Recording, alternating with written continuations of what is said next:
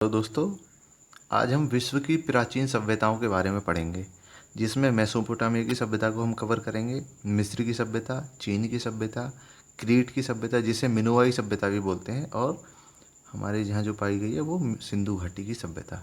तो ये 5 जो सभ्यताएं हैं ये सबसे प्राचीन और इम्पोर्टेंट सभ्यताएं हैं। सबसे पहले इन्हीं सभ्यताओं का धरती पे विकास हुआ था। तो इनकी लोकेशन कहाँ कहाँ पे है, तो देखो, जो इंडिया और पाकिस्तान वाला जो इलाका है, ये वाला इलाका, इसमें हमारी जो सिंधु घाटी की सभ्यता है इसका विकास हुआ है, इस वाले एरिया में।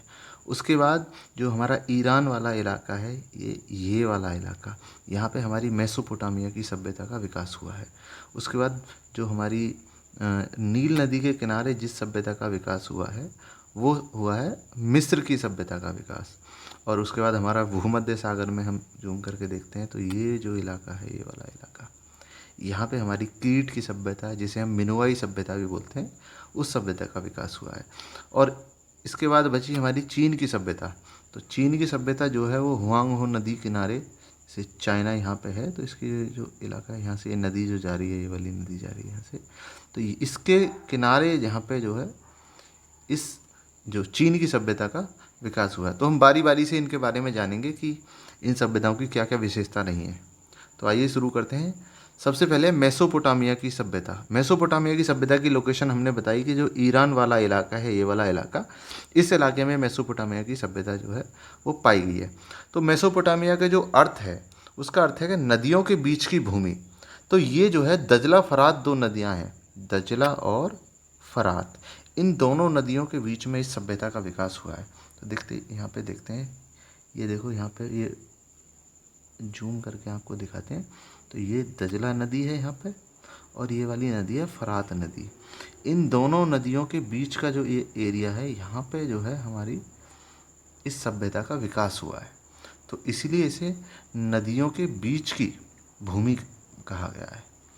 तो इसकी जो ये नदियाँ हैं ये इम्पोर्टेंट हैं, ये आपसे पूछी जा सकती हैं कि किन नदियों के बीच में इस सभ्यता का विकास हुआ है। तो वहाँ हम बताएंगे कि दजला और फरात दो नदियाँ हैं, इनके बीच में इसका विकास हुआ है। और इसका जो टाइम पीरियड है वो 5000 ईसा पूर्व से 2000 ईसा पूर्व के बीच में माना जाता है। ये जो डाटा है ये हमारा माध्यमिक शिक्षा बोर्ड की जो किताब है वहाँ से लिया गया है। इनका जो टाइम पीरियड है कि हाँ, 5000 ईसा पूर्व से 2000 ईसा पूर्व के बीच में ये सभ्यता रही है। उसके बाद इस सभ्यता का सबसे मुख्य जो नगर है वो सुमेर नगर था, जो इस सभ्यता का मुख्य नगर माना जाता है, कहा जाता है कि ये सबसे ज़्यादा विकसित नगर था। और इस सभ्यता के लोगों में सबसे पहले कुम्हार के चाक का प्रयोग इसी सभ्यता के लोगों ने किया। फिर यहाँ पे जो धर्म से जुड़ी हुई चीज़ें देखें तो जो जिगुरत जो होता था, उसमें जो है इनके देवता का निवास माना जाता है। एक ऊंची जगह होती थी, आपको डायग्राम में दिखाते हैं। जैसे ये डायग्राम है, यहाँ से हमारा ये वाला जो डायग्राम है, इस वाले डायग्राम में देखो तो ये यहाँ पे ये जुगुरत ऊपर की साइड में जो ये वाली जो चीज़ बनी हुई है, इसके अंदर इसको जुगुरत बोलते हैं। कि इस पवित्र स्थान जहाँ पर नगर देवता का निवास माना जाता है, कि यहाँ पे इस वाली जो जगह है, यहाँ पे जो है जो इसका देवता है, नगर का देवता, वो रहता है। और देखो यहाँ पे लाइनें भी बनी हुई हैं, पब्लिक यहाँ से जा रही है जो इनके दर्शन के लिए, देवता के दर्शन के लिए जा रही है। तो जिगुरत जगह है जहाँ पे जो है देवता का निवास माना जाता है। उसके बाद इस इनकी लिपि जो थी वो चित्रात्मक थी। जैसे मछली को डिनोट करने के लिए, मछली को दिखाने के लिए चित्रों का इस्तेमाल करते थे। इस तरीके के प्रतीक जो चिन्ह हैं वो उनका इस्तेमाल करते थे। जैसे बैल को दिखाने के लिए इस तरीके का देखो ये यहाँ पे इस्तेमाल किया गया है, और मछली के लिए ये पहले हमने बता ही दिया है। अब इसके बाद आती है मिस्र की सभ्यता। तो मिस्र की सभ्यता का भी काल लगभग वही माना जाता है कि 5000 ईसा पूर्व से 2000 ईसा पूर्व के बीच में जो है ये सभ्यता रही है। और ये सभ्यता जो है ये नील नदी के किनारे बसी है पूरी। जो ये नील नदी है, देखो यहाँ जा रही है, नील नदी जा रही है, यहाँ से पूरी इस तरीके से नील नदी जा रही है। तो इसके किनारे, इसके दोनों तरफ जो है इस सभ्यता का विकास हुआ है। तो अब देखो हम जो डायग्राम है उसमें देखते हैं, तो यहाँ पे इस तरीके के जो अफ्रीका महाद्वीप है, ये वाला हमारा अफ्रीकी महाद्वीप है, इसमें जो है यहाँ होके नील नदी हमारी जाती है। तो इसके जो किनारे, इस वाले इलाके में जो है इस सभ्यता का विकास हुआ है। तो इसमें क्या क्या महत्वपूर्ण इसकी विशेषता हैं, उनके बारे में हम पढ़ते हैं। तो इस मिस्र की सभ्यता को नील नदी का वरदान भी बोला जाता है, क्योंकि ये नील नदी के किनारे ही सभ्यता का विकास हुआ है, इसलिए इसको नील नदी का वरदान कहा जाता है कि नील नदी की वजह से ही हमारी जो ये सभ्यता है उसके किनारे ये विकसित हुई है। तो देखो, हम बेसिकली देखते हैं कि जितनी भी सभ्यताएं हैं उनका विकास ज़्यादातर का नदियों के किनारे हुआ है। तो यहाँ पे देखो, जैसे इस वाले में देखो, ये जो नदी है सिंधु घाटी नदी के किनारे इसका इस सभ्यता का विकास हुआ है। ये हुआंग नदी के किनारे चीन की सभ्यता का विकास हुआ है। ये नील नदी के किनारे इसका विकास हुआ है। यहाँ पे दजला फरात के किनारे जो है इनका विकास हुआ है। तो ये ज़्यादातर जहाँ पानी रहेगा वहीं पे जो है जो बस्तियाँ हैं, जो लोग हैं, वहीं जाके बसते हैं, जिससे उनकी ज़रूरत की चीज़ें जो हैं उन्हें मिल सकें। तो वहीं पे ज़्यादातर जो है आबादी बसती है। आज भी देखें हम, बड़े बड़े नगर हैं वो सब, जैसे दिल्ली जैसा नगर यमुना के किनारे बसा है, और आपका जो है लखनऊ जैसा नगर गोमती नदी के किनारे बसा है। तो इस तरीके से देखते हैं कि जो बड़े बड़े नगर हैं वो उस जगह बसे रहते हैं, चाहे वो नदी हो चाहे समुद्र हो, जहाँ पे पानी की जो है व्यवस्था हो। तो इस सभ्यता की विशेषता एक ये भी थी कि पिरामिडों का निर्माण इस सभ्यता की प्रमुख विशेषता रही है। यहाँ पे जो पिरामिडों को बड़ी तवज्जो दी गई है। बहुत सारे हमने सुना है कि मिस्र में बहुत सारे पिरामिड हैं जो फेमस हैं। देखो, जैसे इस तरीके के पिरामिड हैं, इनमें क्या होता था कि जो सब होते थे, जिनको ममी भी बोला जाता है ना, इनको नाइट्रोजन नामक पदार्थ का लेप लगाकर पतले और मुलायम कपड़े से ढकते थे उसे, और उसको ममी बोला जाता था। इनको पिरामिड के अंदर रखते थे, इसके अंदर। वहाँ पे इसकी दीवारों पे चित्र बने हुए होते थे, इन पिरामिडों की दीवारों पे। ये पिरामिड जो हैं, यहाँ पे क्या देखो, पिरामिड मिस्र के राजाओं के मकबरे हैं, जिनमें शवों के साथ उनके जो उपयोग की जो चीज़ें होती थी ना, बहुमूल्य चीज़ें होती थी, उनको भी उनके साथ में रखते थे, और दीवारों पर सुंदर चित्र बनाए गए हैं।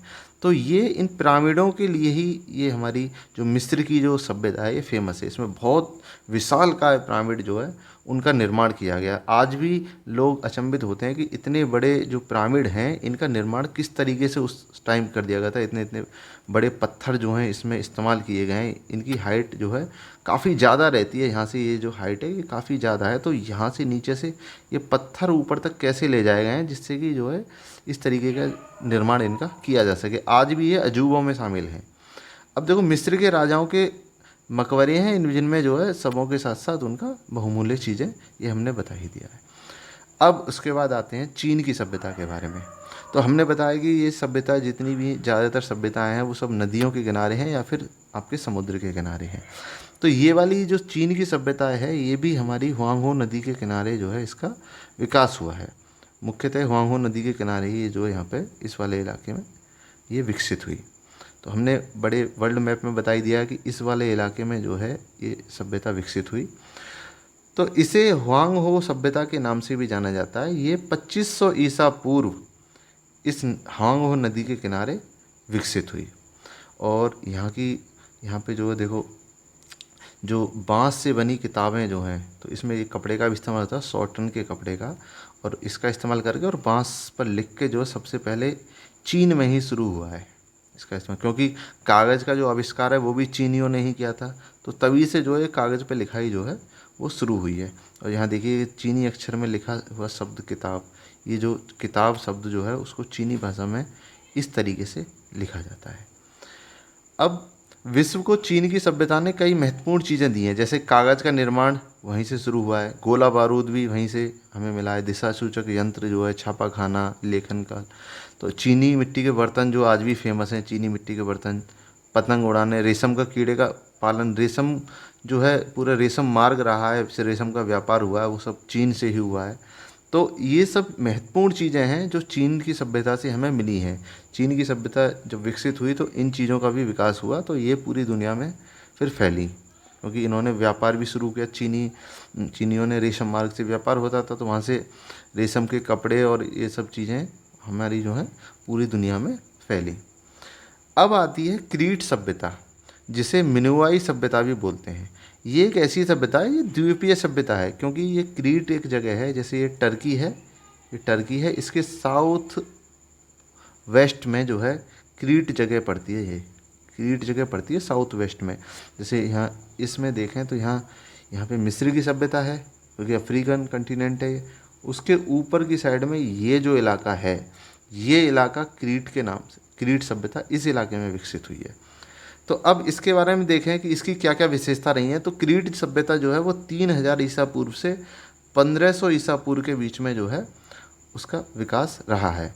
इसे महान द्वीप की सभ्यता ही बोलती है, क्योंकि ये किसी नदी किनारे नहीं है। ये वाली सभ्यता, अगर ये सवाल एकदम आपसे पूछा जा सकता है कि ऐसी कौन सी सभ्यता है, प्राचीन सभ्यता, जो किसी नदी किनारे नहीं है, तो ये जो महान द्वीप की सभ्यता है ये नदी किनारे नहीं है बल्कि समुद्र के बीच में है। तो इसलिए इसको महान द्वीप की सभ्यता भी बोलते हैं। ये अपनी सुंदर चित्रकारी वाले जो बर्तन हैं, देखिए ये बर्तन यहाँ पे दिया गया है, ये वाला बर्तन जो है यहाँ पे, ये इस वाले बर्तन की देखो कितनी सुंदर चित्रकारी इस पे हो रखी है। तो इस तरीके के बर्तन जो हैं उनके लिए ये फेमस है अपने आप में सभ्यता। अब हम बात करते हैं सिंधु घाटी की सभ्यता के बारे में। तो जैसा कि हमें पता है कि सिंधु नदी के किनारे जो सभ्यता है इसका विकास हुआ है। तो ये जो एरिया है भारत पाकिस्तान वाला जो इलाका है, इसके इस वाले एरिया में जो है इस नदी सिंधु नदी बहती है और उसी इलाके में इस सभ्यता का विकास हुआ है। तो ये जो सभ्यता है ये 3000 ईसा पूर्व जो ये सभ्यता है ये विकसित हुई है। और बेसिकली ये कांसे पे आधारित सभ्यता है। कांसा जो है उस टाइम ज़्यादा इस्तेमाल होता था, इसलिए इसको कांस्य युगीन सभ्यता भी कहा जाता है। तो इसी दौरान की एक ये मूर्ति मिलती है, नर्तकी की मूर्ति। नर्तकी की मूर्ति ये जो मूर्ति है नर्तकी की मूर्ति कहलाती है। ये कांसे की मूर्ति थी और ये बड़ी ही फेमस है। तो ये जो सभ्यता है कांस्य युगीन सभ्यता कहलाई। और एक बार जो ये वाला जो इलाका है यहाँ पे ईंटें निकलने लगी। लोग जब खुदाई कर रहे थे तो बीच नीचे से ईंटें निकलने लगी, तो उसे लोग ईश्वर की देन मानने लगे। तो बाद में जब वहाँ से सरकार की तरफ से लोग गए तो उन्होंने जब वहाँ की खुदाई करी तो वहाँ पे जो है जो ईंटों के बने हुए घर मिले। तो उसके बाद उसकी और खुदाई करी। तो ये जो जगह है यहाँ पे जो सबसे पहले जो सभ्यता की खोज करी वो थे हमारे चार्ल्स मैसन नामक एक अंग्रेज़ थे। उन्होंने इस हड़प्पा सभ्यता की जो है वो खोज करी थी। बाद में अलग अलग शहरों की जो है खुदाई करी गई और उनकी जो खोज हुई तो वो उनकी लिस्ट उनको जो है अलग अलग, जैसे दयाराम साहनी हुए, बाकी लोग थे। लेकिन बेसिकली जो सबसे पहले खोज करी वो चार्ल्स मैसन थे जिन्होंने इस सभ्यता को खोजा।